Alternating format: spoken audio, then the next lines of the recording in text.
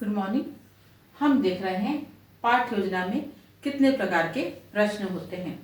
तो पाठ योजना में 6 प्रकार के प्रश्न होते हैं, जिसमें हमने प्रस्तावनात्मक प्रश्न पढ़ लिया है, उसका एक वीडियो बना चुकी हूँ मैं। और दूसरा विकासात्मक प्रश्न, इसके बारे में भी मैंने वीडियो बना लिया है, और इन दोनों के बारे में आप देखना चाहें तो पिछले वीडियो में आप देख सकते हैं। अब हम देखते हैं तीसरे प्रकार का प्रश्न, विचारात्मक प्रश्न, थॉट प्रोवोकिंग क्वेश्चन। विचारात्मक प्रश्न क्यों होता है, क्यों बनाया जाता है, इसमें क्यों रखा गया है कि कई बार क्या होता है कि शिक्षक तो कक्षा में पढ़ा रहा होता है, लेकिन विद्यार्थियों का ध्यान कहीं और होता है। विद्यार्थियों का शरीर तो कक्षा में है, लेकिन मन उनका कहीं और लगा हुआ होता है, उनका ध्यान कक्षा में नहीं होता। तो शिक्षक क्या करता है, इस विचारात्मक प्रश्न के माध्यम से बालकों को कक्षा में, यानी बालकों का मन जो यहाँ वहां डोलता है, उनको कक्षा के अंदर लेकर आता है। तो क्या बोल रहा है कि इस प्रकार के प्रश्नों का प्रयोग शिक्षक बालकों का ध्यान अपनी ओर केंद्रित करने के लिए करता है।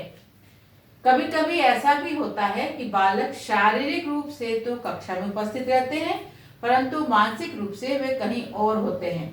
इस अवसर पर इस प्रकार के प्रश्न शिक्षक की सहायता करते हैं। शिक्षक कक्षा में विचारात्मक प्रश्न पूछकर बालकों का ध्यान अपनी ओर केंद्रित करता है।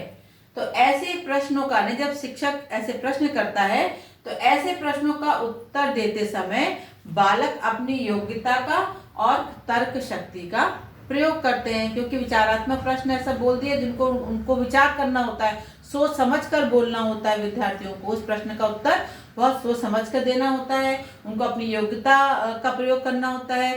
तो ऐसी स्थिति में बालक अपनी योग्यता का और तर्क शक्ति का प्रयोग करते हैं।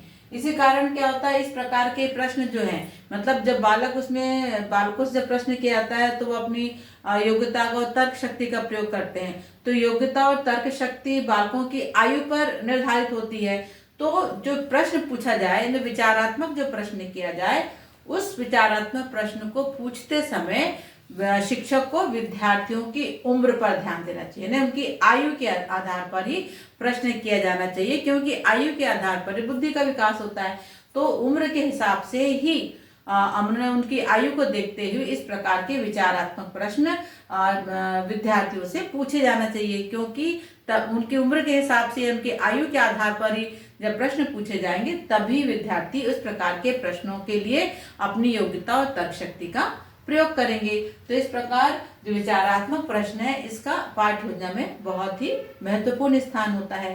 तो आज बस यहीं तक, मिलते हैं अगले वीडियो में, बने रहिए मेरे साथ। Thank you.